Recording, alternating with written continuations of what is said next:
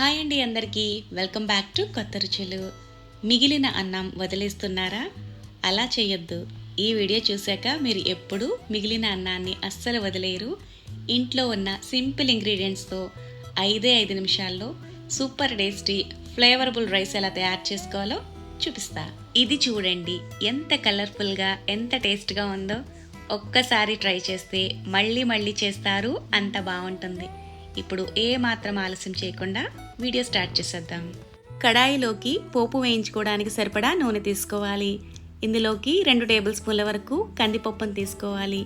ఎంతైతే కందిపప్పును తీసుకున్నామో కందిపప్పుకి double quantity అంటే 4 టేబుల్ స్పూన్ల వరకు పల్లీలను తీసుకోవాలి. 1/2 టేబుల్ స్పూన్ జీలకర్ర, కొద్దిగా మిరియాలను కూడా తీసుకుని సన్నటి సగ మీద వీటిని దోరగా వేయించుకోవాలి. వీటిని వేయించుకునేటప్పుడు సన్నటి సగ మీద వేయించుకుంటే ఈ పోపు దినుసులన్నీ లోపల నుంచి కూడా బాగా వేగుతాయి. పోపు దినుసులు ఇలా కొంచెం వేగిన తర్వాత ఇందులోకి మీ కారానికి తగ్గట్టుగా ఎండుమిర్చిని వేసుకోండి. ఇక్కడ మీ కారానికి తగ్గట్టుగా ఎండుమిర్చిని తక్కువ లేదా ఎక్కువగా వేసుకోవచ్చు. ఇక్కడ నేనైతే 5 వరకు ఎండుమిర్చిని వేసుకుంటున్నాను. ఇలా తుంచుకుని వేసుకుంటే మనం వేయించుకునేటప్పుడు పేలకుండా ఉంటాయి. 2 రెమ్మల కరివేపాకును వేసుకుని ఇవన్నీ కలిసేటట్టుగా బాగా మిక్స్ చేసుకోవాలి. ఇందులోకి వెల్లుల్లి రెమ్మలు కొంచెం ఎక్కువగానే పడతాయి. పెద్దగడ్డ వెల్లుల్లిపాయను తీసుకుని ఇలా వెల్లుల్లిని పొట్టంతా క్లీన్ చేసుకుని వేసుకోవాలి. సన్నటి సగి మీద ఈ పోపు దినుసులన్నిటినీ దోరగా వేయించుకోవాలి. వీడియోలో చూపిస్తున్నట్లుగా ఇవన్నీ చక్కగా వేగిపోయాయి కదా, ఇలా వేయించుకుంటే సరిపోతుంది. వీటిని మిక్సీ జార్లోకి తీసుకుని పూర్తిగా చల్లారిన తర్వాత మెత్తని పొడిలా కాకుండా కొంచెం కోర్స్గానే మిక్సీ పట్టుకుని తీసుకోవాలి. ఇలా మిక్సీ పట్టుకుంటే సరిపోతుంది. ఈ ఒక్క పొడితో రైస్కి మంచి ఫ్లేవర్ అనేది యాడ్ అవుతుంది.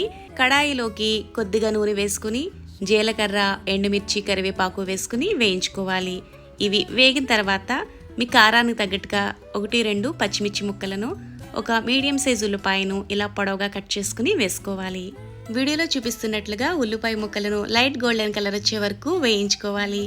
ఇందులోకి కొద్దిగా పసుపు కూడా వేసుకుని పచ్చిదనం లేకుండా 1 నిమిషం పాటు అంతా కలిసి బాగా మిక్స్ చేసుకున్న తర్వాత ముందుగా మిక్సీ పట్టుకున్న పొడిని ఇందులోకి వేసుకుని 1 నిమిషం పాటు అంతా కలిసినట్టుగా బాగా మిక్స్ చేసుకుంటే ఏదైనా పచ్చిదనం ఉన్నా పోతుంది. 1-2 నిమిషాల పాటు ఇలా బాగా వేయించుకున్న తర్వాత ముందుగా రెడీ చేసి పెట్టుకున్న అన్నాన్ని ఇందులోకి వేసుకుని అంతా కలిసినట్టుగా బాగా మిక్స్ చేసుకుంటూ 1-2 నిమిషాల పాటు వేయించుకోవాలి. ఇలా వేయించుకుంటున్నప్పుడే రుచికి సరిపడా ఉప్పు ఇందులోకి వేసేసుకోవాలి. ఇలా రుచికి సరిపడా ఉప్పు వేసుకుని అంతా కలిసేటట్టుగా బాగా మిక్స్ చేసుకుని స్టవ్ ఆఫ్ చేసుకున్న తర్వాత లాస్ట్లో కొద్దిగా కొత్తిమీర వేసుకుంటే ఫ్లేవర్ చాలా బాగుంటుంది. ఇలా 5 నిమిషాల్లో తయారు చేసుకుని రైస్ చాలా ఫ్లేవరబుల్గా ఉంటుంది. ఈ రైస్ టేస్ట్ ముందు బిర్యానీ, బగారా అన్నం కూడా పనిచేయదు. అంత టేస్ట్గా అంత ఫ్లేవరబుల్గా ఉంటుంది. ట్రై చేసి మీకు ఎలా అనిపించిందో కామెంట్ చేయండి. Thanks for watching.